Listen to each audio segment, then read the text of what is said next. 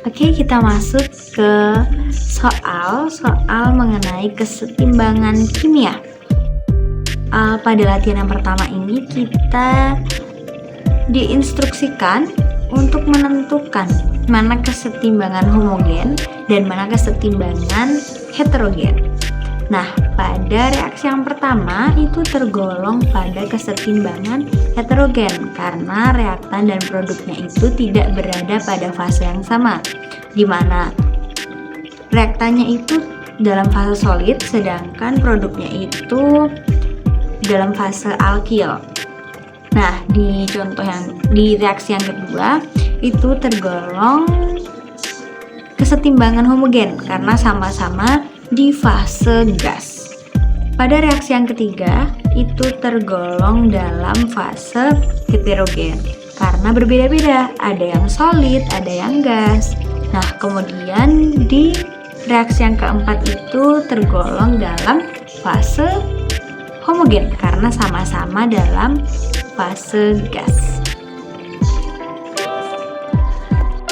Oke, masuk ke latihan yang kedua, kita akan menggunakan rumus yang sudah saya tuliskan di atas berwarna merah muda. Nah, pada soal yang pertama, hasilnya adalah Kc sama dengan H2S pangkat 3 per H2 pangkat 3. Kenapa demikian? Kenapa SB2 dan SB2S3 dan 2SB itu tidak dimasukkan? Nah, karena dalam rumus ini itu harus berbentuk gas maupun alkil. Untuk solid maupun liquid itu tidak perlu dicantumkan. Nah, pada soal yang kedua, karena yang berbentuk gas itu hanya CO2, jadi Kc-nya hanya CO2 saja.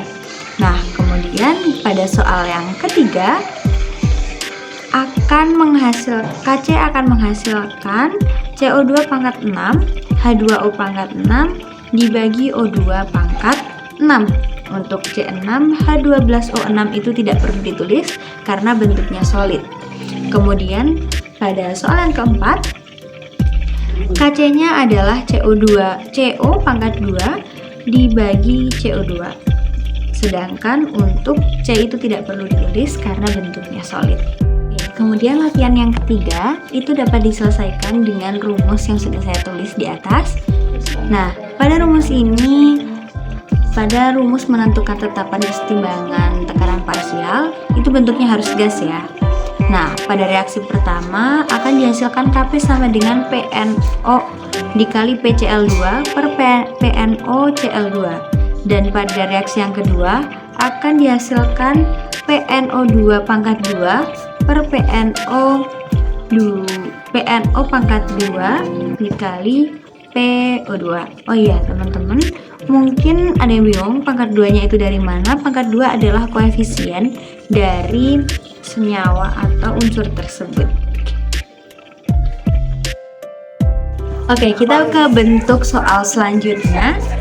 Kita akan tulis dulu diketahui dan ditanyanya. Diketahui sebuah reaksi 2NO2 menghasilkan 2NO dan O2 dengan volume 1 liter, mol NO2-nya 5 mol dan mol O2 saat setimbang itu 2 mol.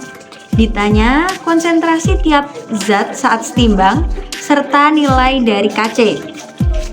Nah, kita untuk menjawab soal tersebut, kita akan gunakan rumus MBS atau mula-mula bereaksi dan setimbang.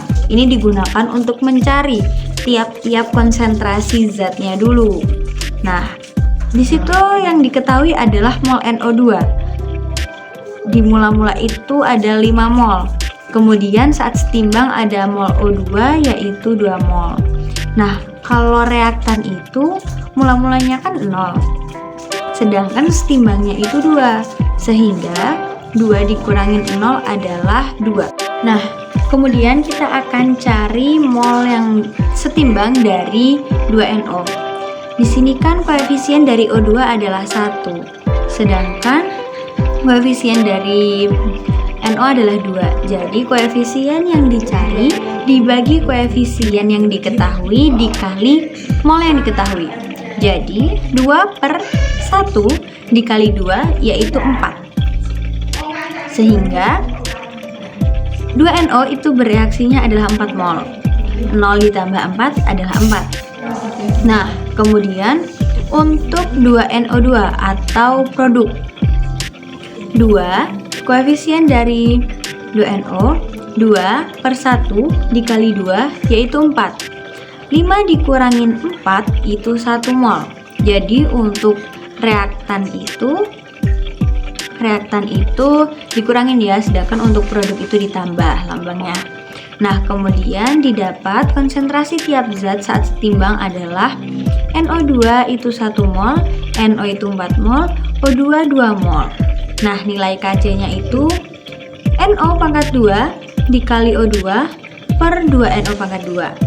Sehingga dimasukkan nilainya 4 mol pangkat 2 dikali 2 dibagi 1 mol pangkat 2, sehingga didapatkan 32 mol.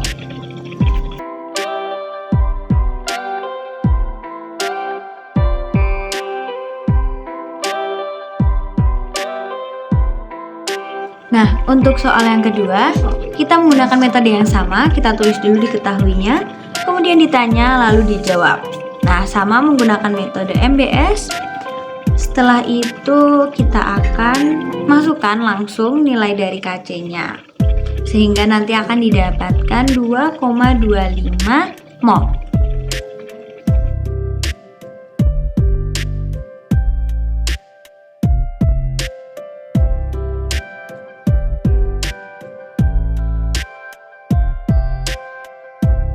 Nah, untuk soal nomor 3 itu tidak jauh-jauh beda dari soal-soal sebelumnya. Bedanya kita akan menentukan tekanan parsial tiap gas, di mana tekanan parsial itu didapatkan dari mol zat A mol zat A kemudian dibagi mol total dikali tekanan dalam bejana. Contohnya mol zat A itu 3, kemudian dibagi mol total 3 tambah 3 ditambah 4 adalah 10 dikali 5. 10 dan 5 bisa dicoret jadi 1,5 atm. Begitupun dengan zat B, zat C. Nah, lalu setelah didapatkan kita akan cari Kp-nya, yaitu Pc per Pa kali Pb, yaitu 2 dikali 1,5 dibagi 1,5 dikali 1,5 menghasilkan 0,88 atm min 1, pangkat min 1.